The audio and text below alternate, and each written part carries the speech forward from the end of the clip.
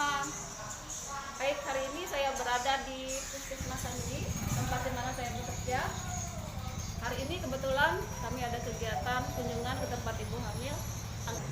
Ini adalah kegiatan rutin kami, home care visit kepada ibu hamil yang mempunyai resiko. Ayo, kita langsung saja. Ciao.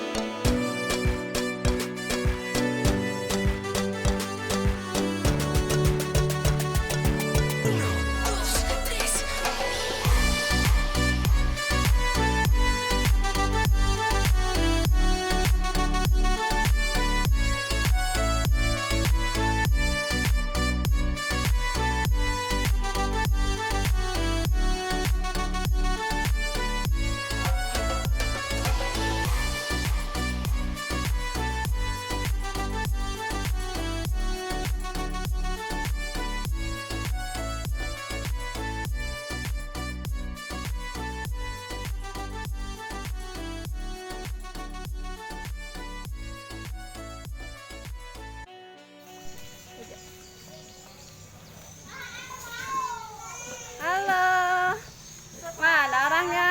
Hah? Mana orangnya nih? Lagi ngapain Bu Mil? Ngapain Bu Mil? Mana ulang sebelah semua di sana mana? Ya Pak. Anu yang gini, kantor di sana om Cokonan. Oh. Diundang sama di belakang nih kan Magita. Iya. Pasang maskernya. Untuk apa kamera? Ya. Kita bikin video ya. Apa ya? Bukuin ada. Baik, selamat pagi ibu-ibu. Pagi ada 2 ibu hamil ya. Jadi hari ini kami melakukan kunjungan rumah. Selamat pagi Biasanya saya. secara khusus kepada ibu-ibu yang berkeluhan. Berapa kemarin? 50. Ini 49. Karena kalau digapit dirapati sudah.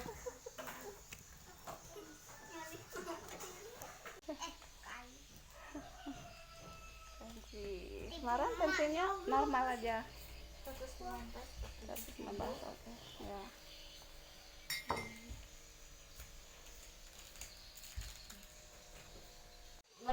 Berarti kurang lebih 32 minggu. Nah, berarti itu keliru ya Bu ya. Perhitungan haidnya ternyata tinggi puncak rahimnya kurang lebih 8 bulan Ibu. Iya. Ya, berarti kontrolnya harus lebih sering ya Bu. Ya. Boleh di puskesmas, boleh di klinik bidan ya.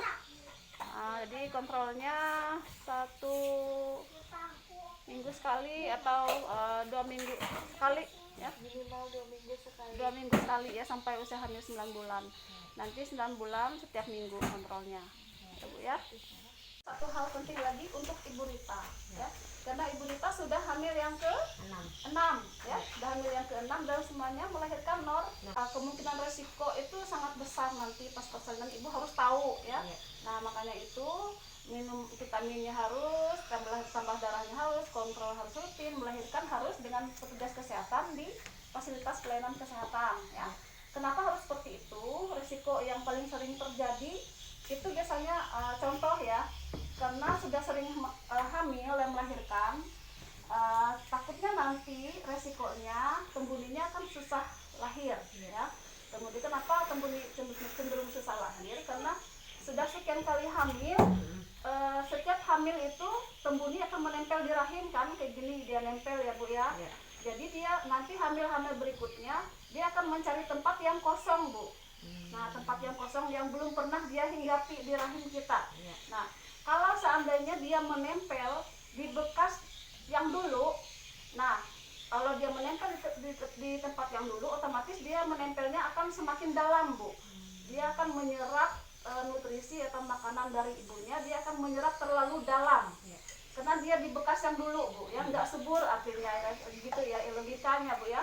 Sehingga nanti dia bisa lepasnya akan sulit dan itu bisa menyebabkan perdarahan. Nah, makanya itu ibu sangat berisiko tinggi sekali melahirkannya harus dengan petugas kesehatan, karena kalau dengan petugas kesehatan nanti kita bisa ada penanganannya ya. Jadi sebelum setelah bayi lahir harus segera disuntikan perangsang tebuni, kemudian ada tekniknya dan bisa nanti ada penanganan kalau misalnya terjadi apa-apa. Itu ya, Bu ya. Nah, resikonya jadi nanti jangan sampai melahirkan di rumah gitu ya. Ngerti, Bu? Ya. Apa saja? Udah tahu belum? Belum. Ya. Yang pertama pemeriksaan status HIV/AIDS ya. Yang kedua sifilis, Bu ya. Dan yang ketiga adalah hepatitis B. Nah, semua penyakit ini adalah penyakit yang menular, ya, Bu ya. Jadi nanti maksudnya bagaimana supaya kita sama-sama aman ya. Ibu aman, artinya sudah tahu statusnya dan nanti akan kita jelaskan bagaimana kalau misalnya positif di salah satu pemeriksaan ya, tetap akan kami layani, tetapi kita ada bentuk pencegahan infeksinya, Bu ya. Nah, aman juga bagi kami yang menolong, sehingga kami tahu bagaimana cara menangani ibu tersebut ya. Tapi kita semoga tidak ada yang reaktif ya, Bu ya. Makanya nanti harus diperiksa, itu tujuannya supaya kita sama-sama aman dan kita tahu cara penanganannya nanti bagaimana ya. Misalnya kayak hepatitis B. Baik, ini juga kita mau bahas tentang hal-hal yang harus dihindari selama hamil ya, Bu. Ya, Bu. Nah, ini katanya yang pertama nggak boleh kerja berat, Bu. Ya, tentu saja yang nggak boleh karena kita sudah membawa kandungan kita, tambah lagi yang yang berat. Nanti akan membahayakan ibu dan kehamilannya ya. Yang kedua, merokok atau terpapar asap rokok. Ada yang merokok di sini yang ada ibu kita merokok. Baik, Ibu kalau bisa merokoknya minimal dikurangi ya, Ibu ya. Emang berkurang nggak kayak seperti biasa? Berapa kali, Bu, dalam sehari? Rokoknya berapa Pokoknya kali? dalam satu bungkus 2 hari sudah. Dalam satu bungkus 2 hari. 2 hari. Dalam satu bungkus isinya berapa? 16. 16. Berarti sehari 9 pucuk ya, Bu. Nah, itu, Bu, sangat berbahaya sekali. Sedangkan orang yang sehat juga berbahaya, apalagi ibu sedang hamil ya. Nah, baik, kalau ibu namanya perokok aktif. Yang paling berbahaya lagi adalah perokok pasif yang anak-anaknya di rumah, suaminya di rumah yang menghirupnya ya, karena mereka tidak ada filter penyaringnya ya. Karena itu sangat berbahaya intinya. Apalagi ibu sedang hamil, jadi itu berbahaya untuk janin yang ada dalam kandungan ibu. Banyak dampaknya, bisa keguguran, pertumbuhannya bisa terhambat ya, Bu ya, dan banyak bahaya yang lainnya. Ya, Bu, bisa ya, Bu? Kemudian yang ketiga, minum minuman bersoda dan beralkohol. Saya rasa ada di sini ya. Ada tuh minuman rasa-rasa. Rasa-rasa. Nah, itu jangan diminum, Bu ya. Tapi kalau dalam seminggu 3 kali 4 kali nggak apa-apa. Kalau asal jangan tiap hari. Soalnya kan ada rasa kita tuh ngiler mau minumnya tuh. Boleh ya, misalnya seminggu sekali lah, Bu ya. Tapi jangan terlalu sering ya, karena tuh soalnya kan sejenis kayak perintah segalapan itu kan bersoda. Nah, itu jarang ya. Kemudian kelima, minum obat tanpa resep dokter ya. Jangan di warung-warung, obat-obat yang di warung kecuali yang diberikan. Tadi Ibu Rita bilang vitaminnya nggak diminum ya. Nah, nanti vitaminnya diminum ya, Bu ya. Karena beda antara kita hanya makan saja dengan vitamin, karena di dalam itu ada vitamin-vitamin yang tidak kita dapatkan dari makanan yang kita makan sehari-hari. Apalagi ibu hamil, dia perlu zat besi yang tinggi, asam folat yang tinggi, kalsium yang tinggi. Kadang-kadang kita tidak bisa menjamin makanan yang kita makan itu cukup nilai gizinya ya, Bu ya. Walaupun kita merasa kenyang, tetapi kandungan gizi yang ada di dalamnya itu belum memenuhi target harian kita ya, Bu ya. Nah, jadi vitaminnya tetap harus diminum. Oke? Iya, bagus. Ada pertanyaan tentang makanan? Tidak ada. Tentang hal yang harus dihindari? Menghindari ada yang mengurangi nanti. Ya, bagus. Alhamdulillah. Cari ada gambar itu loh. Nah, ini kalau Ibu Suma keluhannya masih mual-mual muntah ya Bu, sering. Nah karena hamil muda Bu ya, karena pengaruh peningkatan hormon namanya hormon estrogen itu memang dia meningkat di usia hamil kita, nanti dia akan turun di usia 4 bulan ke bawah, nanti 4 bulan batasnya dia akan perlahan akan mulai turun Bu ya.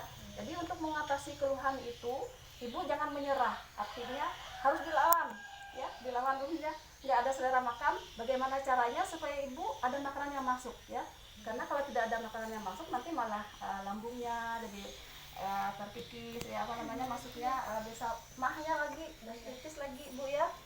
Jadi harus makannya sedikit tapi sering ya, sedikit tapi sering ya.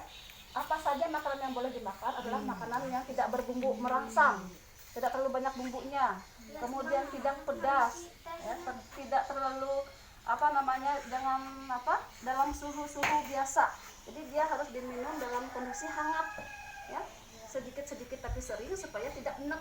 Biasanya kalau sekali banyak rasanya kayak mau muntah gitu Bu ya.